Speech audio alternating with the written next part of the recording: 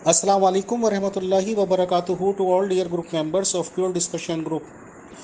आज एक सवाल आया था प्योर डिस्कशन ग्रुप में कि शिवलिंग क्या होता है, किसको कहते हैं और आखिर शिवलिंग की पूजा क्यों की जाती है।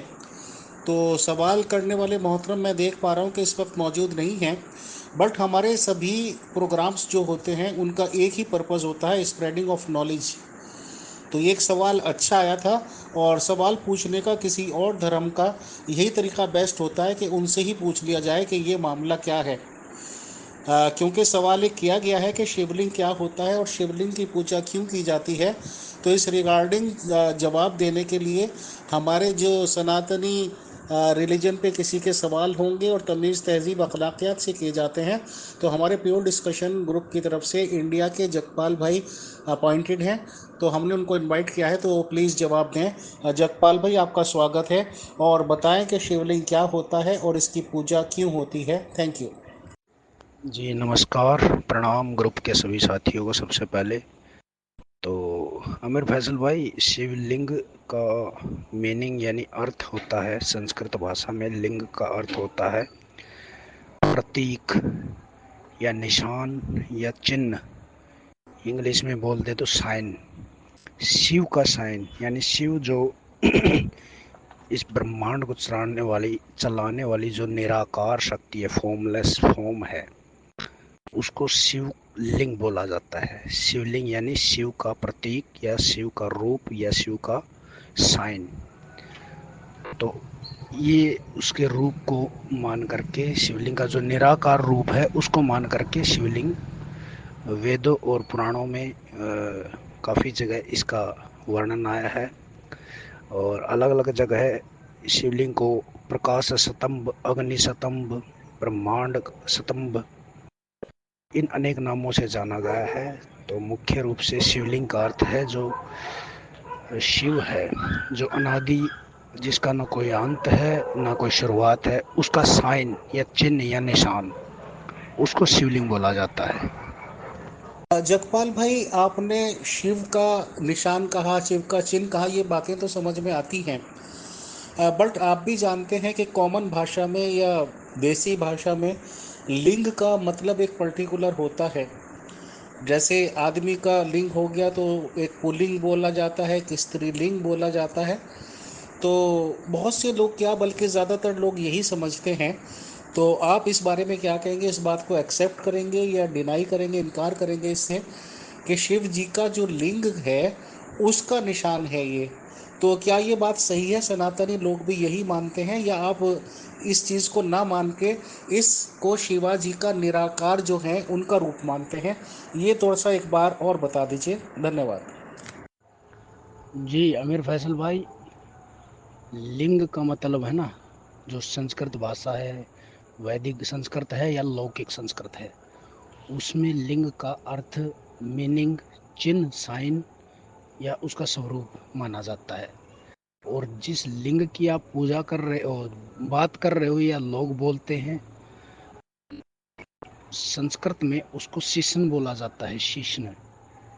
और वैसे तो अलग अलग भाषाओं में बहुत सारे शब्दों के अलग अलग अर्थ होते हैं, और लोग कुछ भी अर्थ निकाल करके उसको बोल सकते हैं। लेकिन जो वेदों में, पुराणों में उसका वर्णन जिस प्रकार आया है, उसी हिसाब से ये माना जाता है।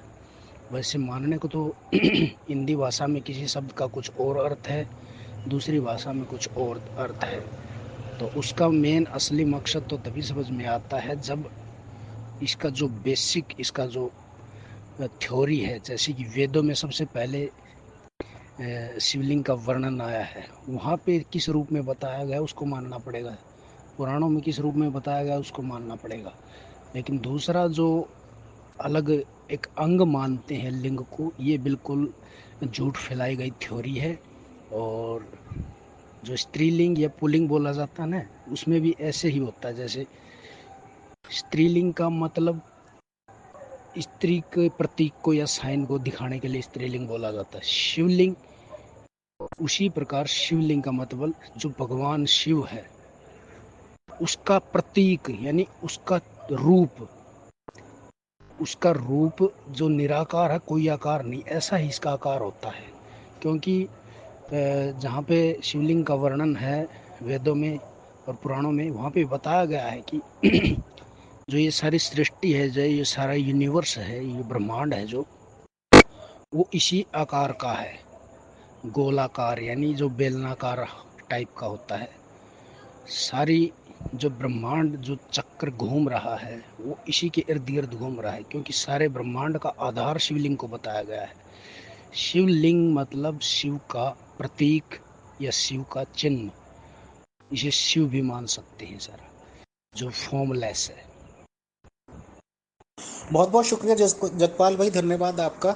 इसमें एक इम्पोर्टेंट सवाल या ये कि एतराज़ और भी करते हैं, और इस ग्रुप में भी मैंने काफ़ी ऑडियो सुनी है एतराज़ करने के लिए, कि वो ये कहते हैं, जैसे मैंने आपको कह दिया कि शिवलिंग का जो हम प्रतीक बताते हैं उसको ये लोग सिर्फ कुछ भी ना मानकर शिवलिंग मानते हैं, जो मैंने बताया आपसे, पुल्लिंग और स्त्रीलिंग वाला।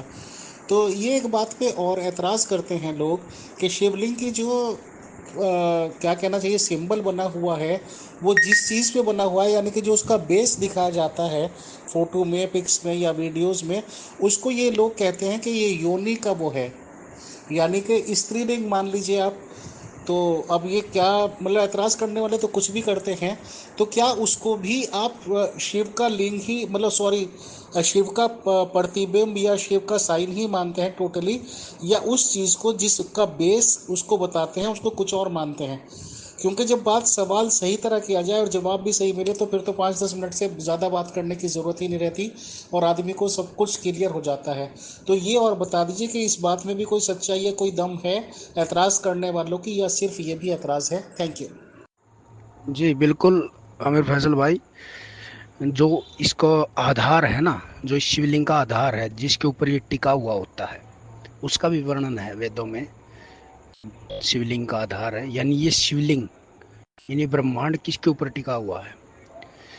ये फेमिनिन एनर्जी है जिसको आदि शक्ति बोलते हैं हम वेदों में और पुराणों में। शिव शिव जो ब्रह्मांड है उसमें यही समझाया गया है वेदों में, शिव जो है, ये जो शिवलिंग है उसके, इसको मतलब बेस दिए हुए है, उसको शिवलिंग को, इस ब्रह्मांड को जो शक्ति संभाले हुए है, उस शक्ति का नाम, ये जो इसका आधार है वो मानी गई है। इस शक्ति भी बोलते हैं, क्योंकि वेदों पुराणों में शिव शक्ति को अलग नहीं बताया गया है। शिव के बिना शक्ति अधूरी है और शक्ति के बिना शिव अधूरी है, अधूरा है। तो उसी हिसाब से, क्योंकि अर्धनारीश्वर रूप दिखाया जाता है, आपने देखा होगा फोटो में, शिव जी का आधा शरीर शिव का है, आधा शरीर शक्ति का है। तो उसी सिस्टम को ये समझाने के लिए कहा गया है कि जो शिव, जो ब्रह्मांड को चलाने वाला है, वो जिस आधार पे टिका हुआ है उसे शक्ति बोला गया है। उस शक्ति के आधार से ये टिका हुआ है ये ब्रह्मांड के अंदर। तो उस शक्ति का जो फॉर्म है, जो बेस बनाया हुआ है, उसे शक्ति का आधार बोला जाता है, जिसके ऊपर ये शिव लिंग टिका हुआ है। ठीक है। तो यही समझाने की कोशिश वेदों में की गई है कि जो ये शक्ति है, जो इस ब्रह्मांड को सभी को संभाले हुए है, इस ब्रह्मांड को बिल्कुल ये शक्ति संभाले हुए है, जो शिव की शक्ति है, जिसको वेद पुराणों में शिव की अर्धांगिनी बोल के समझाया गया है। तो वही इस शक्ति का जो बेस है, जिसके ऊपर शिवलिंग टिका हुआ है, वो आधार है। यानी सब चीज़ों की उत्पत्ति वहाँ से हुई है। बहुत सारे लोग इसलिए भी इसको योनि बोल देते हैं, क्योंकि दुनियावी माहौल में भी हम देखते हैं तो इंसान और इंसानियत की शुरुआत ही इसी चीज़ से होती है, इसलिए उसको बोलते हैं। इसी प्रकार जो ये यूनिवर्स है, ये शिवलिंग इस यूनिवर्स की प्रतीक बताया गया है, लिंग यानी शिव। तो ये यूनिवर्स जो निकलता है, ये इसी शक्ति के आधार से निकलता है, और ये शक्ति का आधार ही इस यूनिवर्स को या इस शिवलिंग को टिकाए हुए है, यानी थामे हुए है। अगर ये शक्ति का आधार हट जाए तो शिवलिंग का भी इस ब्रह्मांड में, यानी इस ब्रह्मांड का कोई अस्तित्व नहीं रहता। बहुत बहुत शुक्रिया, बहुत धन्यवाद जगपाल भाई, आपने बहुत अच्छे से इसका वर्णन कर दिया। और आपकी बात सुन के ये पैगाम सीधा सीधा जाता है, और एक न्यूट्रल और कॉमन सेंस रखने वाले बंदे की समझ में आसानी से आ जाता है कि ये जो सिंबल है, ये सिंबल या आपने क्या शब्द कहा हिंदी में, वही है साइन है शिवाजी का, और आपने दूसरा बोल दिया शक्ति जी का। तो एक तरह से पूजा करने का जहाँ तक मामला है, तो जो लोग शिवाजी और शक्ति जी को मानते हैं, जबकि आप सही कह रहे हैं कि ये तो मानने वाली चीज़ें हैं ही, तो शिव और शक्ति की कंबाइन पूजा करते हैं, वो लोग शिव शक्ति मानकर उनको पूजा करते हैं। आपने जानकारी दी, अपने कीमती टाइम में से समय निकाला, आपका बहुत बहुत धन्यवाद। धन्यवाद एंड नमस्कार। Thank you.